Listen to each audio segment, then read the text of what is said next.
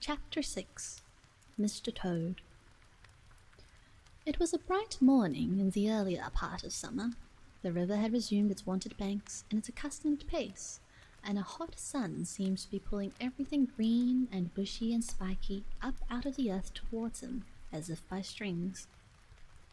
The mole and the water rat had been up since dawn, very busy on matters connected with boats and the opening of the boating season, painting and varnishing, mending paddles, repairing cushions, hunting for missing boat hooks, and so on, and were finishing breakfast in their little parlour and eagerly discussing their plans for the day, when a heavy knock sounded at the door.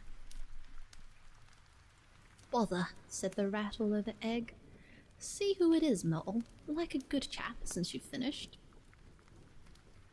The mole went to attend the summons, and the rat heard him utter a cry of surprise. Then he flung the parlour door open and announced with much importance, "Mr. Badger." This was a wonderful thing indeed, that the badger should pay a formal call on them, or indeed on anybody. He generally had to be caught if you wanted him badly, as he slipped quietly along a hedgerow of an early morning or a late evening, or else hunted up in his own house in the middle of the wood, which was a serious undertaking.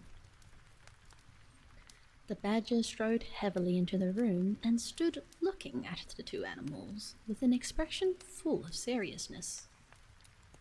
The rat let his egg spoon fall on the tablecloth and sat open-mouthed. "The hour has come," said the badger at last with great solemnity. "What hour?" asked the rat uneasily, glancing at the clock on the mantelpiece. "Whose hour, you should rather say," replied the badger. "Why, Toad's hour, the hour of Toad. I said I would take him in hand as soon as the winter was well over, and I'm going to take him in hand today." "Toad's hour? Of course," cried the mole delightedly. "Hooray! I remember now. We'll teach him to be a sensible toad." "This very morning," continued the badger, taking an armchair, "as I learnt last night from a trustworthy source, another new and exceptionally powerful motor car will arrive at Toad Hall on approval or return. At this very moment, perhaps, Toad is busy arraying himself in those singularly hideous habiliments so dear to him, which transform him from a comparatively good-looking toad into an object which throws any decent-minded animal that comes across it into a violent fit. We must be up and doing ere it is too late. You two animals will accompany me instantly to Toad Hall, and the work of rescue shall be accomplished." "Right you are," cried the rat, starting up. "We'll rescue the poor unhappy animal. We'll convert him. He'll be the most converted toad that ever was before we've done with him." They set off up the road on their mission of mercy, Badger leading the way. Animals, when in company, walk in a proper and sensible manner, in single file, instead of sprawling all across the road and being of no use or support to each other in case of sudden trouble or danger. They reached the carriage drive of Toad Hall to find, as the badger had anticipated, a shiny new motor car of great size, painted a bright red, Toad's favourite colour, standing in front of the house. As they neared the door, it was flung open, and Mr. Toad, arrayed in goggles, cap, gaiters, and enormous overcoat, came swaggering down the steps, drawing on his gauntleted gloves. "Hello! Come on, you fellows," he cried cheerfully on catching sight of them. "You're just in time to come with me for a jolly... His hearty accents faltered and fell away as he noticed a stern, unbending look on the countenances of his silent friends, and his invitation remained unfinished. The badger strode up the steps. "Take him inside," he said sternly to his companions. Then, as Toad was hustled through the door, struggling and protesting, he turned to the chauffeur in charge of the new motor car. "I'm afraid you won't be wanted today," he said. "Mr. Toad has changed his mind. He will not require the car. Please understand that this is final. You needn't wait." Then he followed the others inside and shut the door. "Now then," he said to the toad when the four of them stood together in the hall. "First of all, take those ridiculous things off." "Shan't," replied Toad with great spirit. "What is the meaning of this gross outrage? I demand an instant explanation." "Take them off him then, you two," ordered the badger briefly. They had to lay Toad out on the floor, kicking and calling all sorts of names before they could get to work properly. Then the rat sat on him, and the mole got his motor clothes off him bit by bit, and they stood him up on his legs again. A good deal of his blustering spirit seemed to have evaporated with the removal of his fine panoply. Now that he was merely Toad, and no longer the terror of the highway, he giggled feebly and looked from one to another appealingly, seeming quite to understand the situation. "You knew it must come to this sooner or later, Toad," the badger explained severely. "You've disregarded all the warnings we've given you. You've gone on squandering the money your father left you, and you're getting us animals a bad name in the district by your furious driving and your smashes and your rows with the police. Independence is all very well, but we animals never allow our friends to make fools of themselves beyond a certain limit, and that limit you've reached. Now, you're a good fellow in many respects, and I don't want to be too hard on you. I'll make one more effort to bring you to reason. You will come with me into the smoking room, and there you will hear some facts about yourself, and we'll see whether you come out of that room that same Toad that you went in."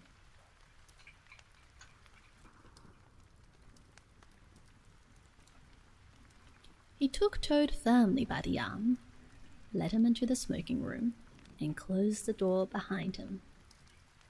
"That's no good," said the rat contemptuously. "Talking to Toad'll never cure him. He'll say anything." They made themselves comfortable in armchairs and waited patiently.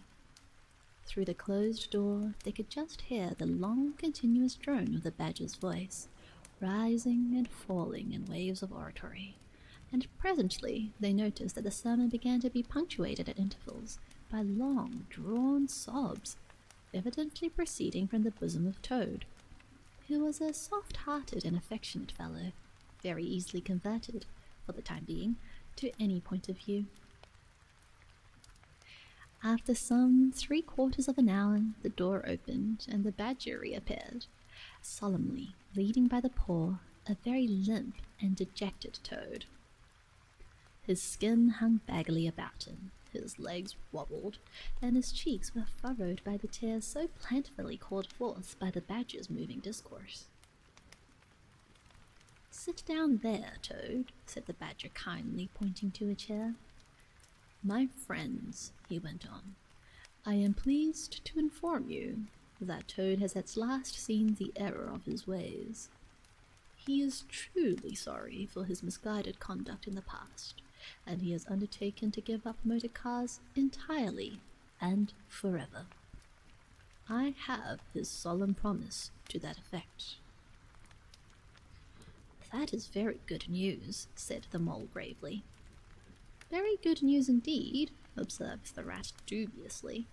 If only... He was looking very hard at Toad as he said this, and could not help thinking he perceived something vaguely resembling a twinkle in that animal's still sorrowful eye. "There's only one thing more to be done," continued the gratified badger.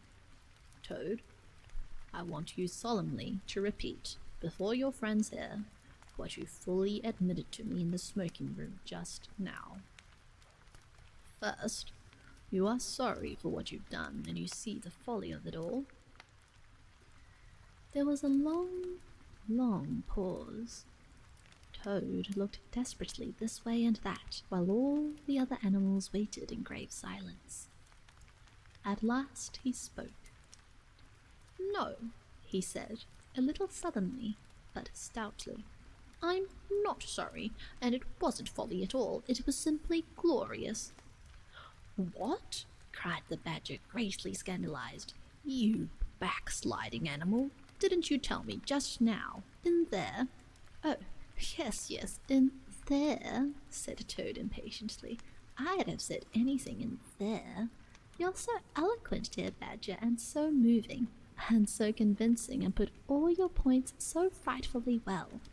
You can do what you like with me in there, and you know it. But I've been searching my mind since, and going over things in it, and I find that I'm not a bit sorry or repentant, really. So it's no earthly good saying I am now, is it?" "Then you don't promise," said the badger, "never to touch a motor car again?" "Certainly not," replied Toad emphatically. "On the contrary, I faithfully promise that the very first motor car I see, poop poop, off I go in it." "Told you so, didn't I?" observed the rat to the mole. "Very well, then," said the badger firmly, rising to his feet. "Since you won't yield to persuasion, we'll try what force can do. I feared it would come to this all along. You've often asked us three to come and stay with you, Toad, in this handsome house of yours. Well, now we're going to. When we've converted you to a proper point of view, we may quit, but not before. Take him upstairs, you two, and lock him up in his bedroom while we arrange matters between ourselves." "It's for your own good, Toady, you know," said the rat kindly, as Toad, kicking and struggling, was hauled up the stairs by his two faithful friends. "Think what fun we shall have all together, just as we used to when you've quite got over this painful attack of yours." "We'll take great care of everything for you till you're well, Toad," said the mole, "and we'll see your money isn't wasted, as it has been." "No more of those regrettable incidents with the police, Toad," said the rat, and they thrust him into his bedroom. "And no more weeks in hospital, being ordered about by female nurses, Toad," added the mole, turning the key on him. They descended the stair, Toad shouting abuse at them through the keyhole, and the three friends then met in conference on the situation. "It's going to be a tedious business," said the badger, sighing. "I've never seen Toad so determined. However, we will see it out. He must never be left an instant unguarded. We shall have to take it in turns to be with him, till the poison has worked itself out of his system." They arranged watches accordingly.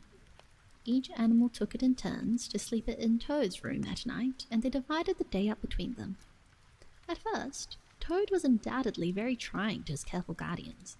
When his violent paroxysms possessed him, he would arrange bedroom chairs in rude resemblance of a motor car, and would crouch on the foremost of them, bent forward and staring fixedly ahead, making uncouth and ghastly noises till the climax was reached, when, turning a complete somersault, he would lie prostrate amidst the ruins of the chairs, apparently completely satisfied for the moment.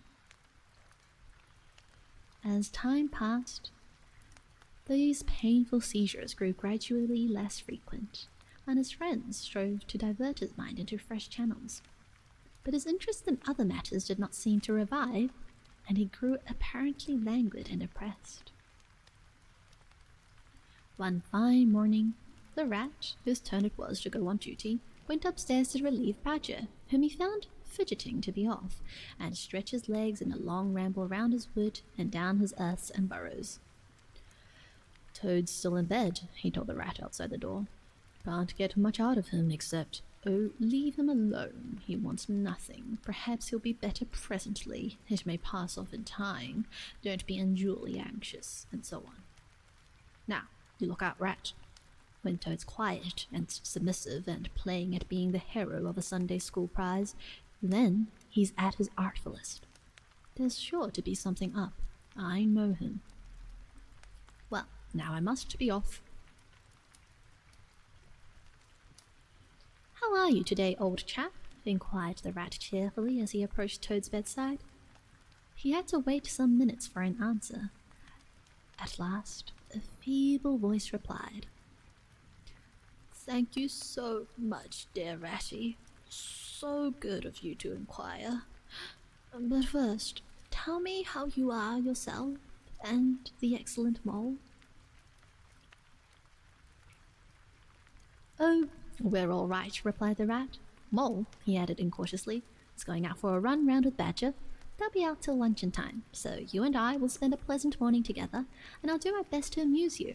Now, jump up, there's a good fellow, and don't lie moping there on a fine morning like this. Dear, kind rat, murmured Toad, how little you realize my condition, and how very far I am from jumping up now, if ever. But do not trouble about me. I hate being a burden to my friends, and I do not expect to be one much longer. Indeed, I almost hope not. Well, I hope not too, said the rat heartily. You've been a fine bother to us all this time, and I'm glad to hear it's going to stop. And in weather like this, and the boating season just beginning, it's too bad of you, Toad. It isn't the trouble we mind, but you're making us miss such an awful lot. I'm afraid it is the trouble you mind, though, replied the Toad languidly. I can quite understand it. It's natural enough. You're tired of bothering about me. I mustn't ask you to do anything further. I'm a nuisance, I know.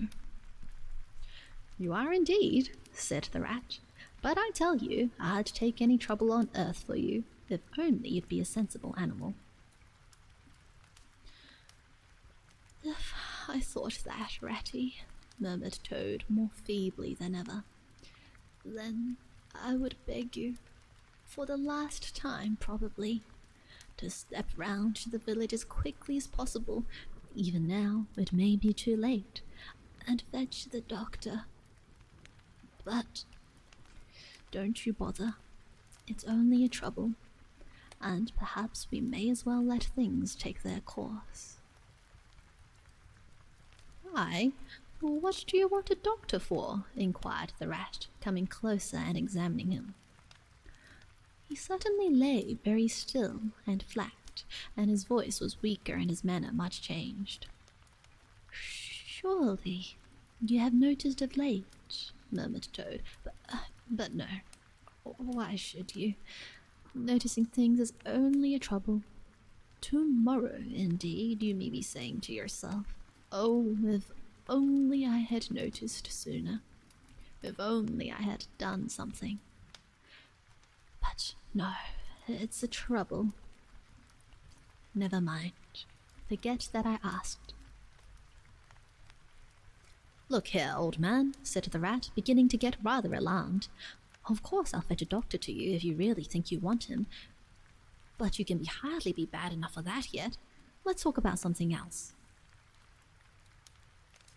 I fear, dear friend, said Toad with a sad smile, that talk can do little in a case like this, or doctors either, for that matter. Still, one must grasp at the slightest straw. And, by the way, while you are about it, I hate to give you additional trouble, but I happen to remember that time you will pass the door. Would you mind at the same time asking the lawyer to step up? It would be a convenience to me, and there are moments, perhaps I should say there is a moment, when one must face disagreeable tasks at whatever cost to exhausted nature. A lawyer? Oh, he must be really bad, the frightened rat said to himself, as he hurried from the room, not forgetting, however, to lock the door carefully behind him.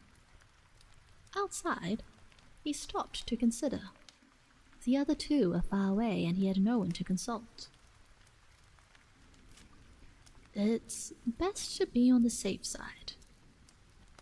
I've known Toad fancy himself frightfully bad before without the slightest reason, but I've never heard him ask for a lawyer. If there's nothing really for it on the matter, the doctor will tell him he's an old ass and cheer him up, and there will be something gained. I'd better humour him and go. It won't take very long. so he ran off to the village on his errand of mercy.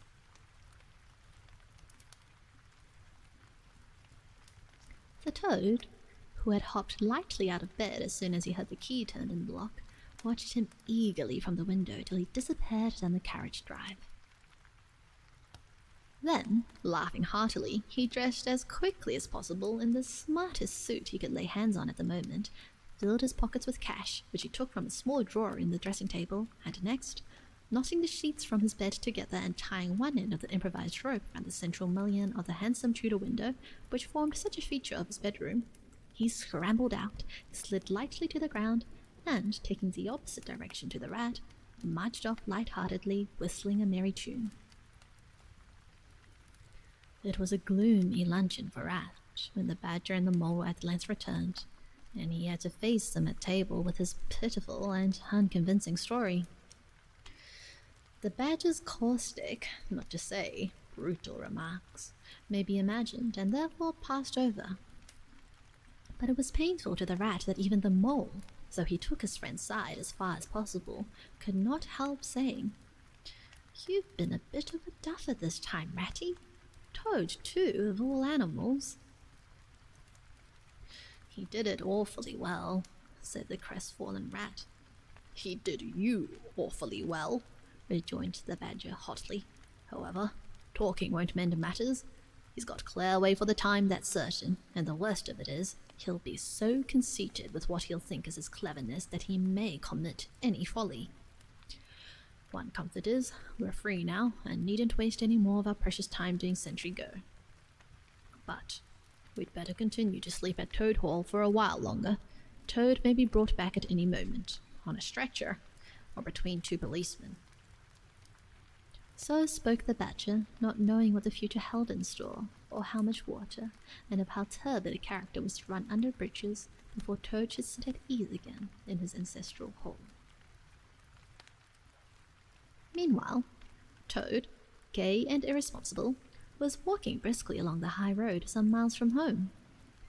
At first he had taken bypaths and crossed many fields, and changed his course several times in case of pursuit, but now, feeling by this time safe from recapture, and the sun smiling brightly on him, and all nature joining in a chorus of approval to the song of self-praise that his own heart was singing to him, he almost danced along the road in his satisfaction and conceit.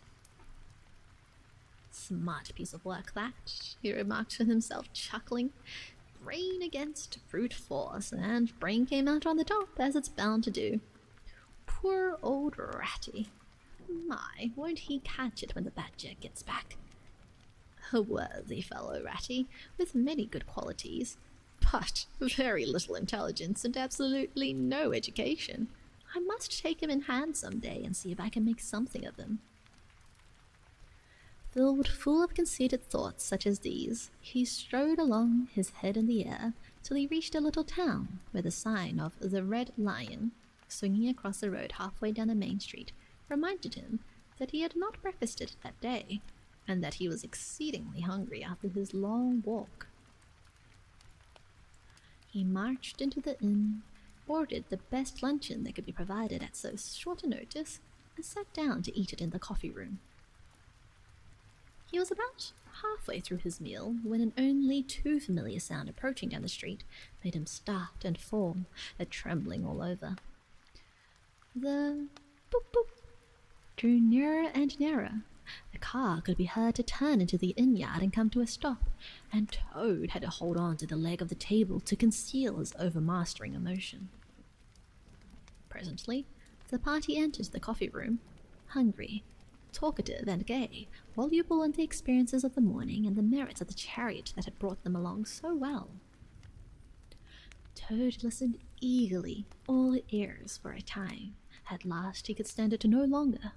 He slipped out of the room quietly, paid his bill at the bar, and as soon as he got outside, sauntered round quietly to the inn-yard.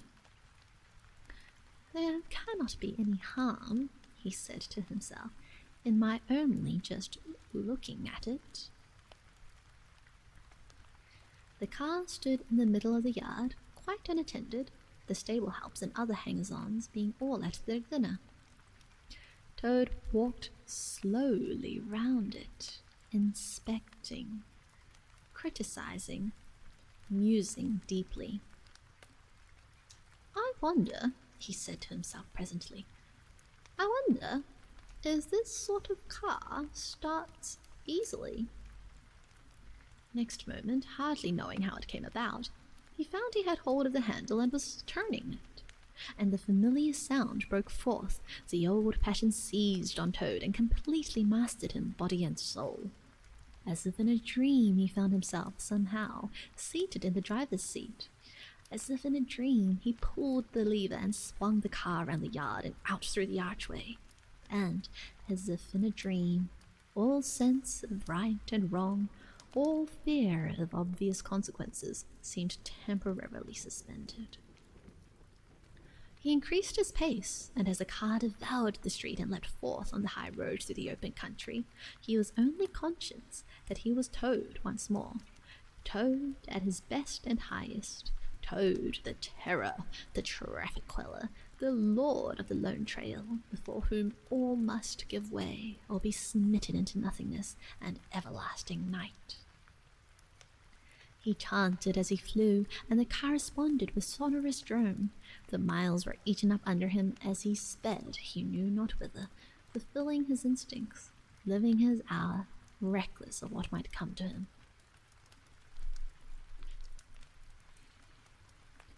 "To my mind," observed the chairman of the bench of magistrates cheerfully, "the only difficulty that presents himself in this otherwise very clear case, how we can possibly make it sufficiently hot for the incorrigible rogue and hardened ruffian whom we see cowering in the dock before us. Let us see. He has been found guilty on the clearest evidence, first, of stealing a valuable motor car, secondly, of driving to the public danger, and thirdly, of gross impertinence to the rural police. Mr. Clark, will you tell us, please, what is the stiffest penalty we can impose for each of these offences?" Without, of course, giving the prisoner the benefit of any doubt, because there isn't any. The clerk scratched his nose with his pen. "Some people consider," he observed, "that stealing the motor car was the worst offence, and so it is, but cheeking the police undoubtedly carries the severest penalty, and so it ought.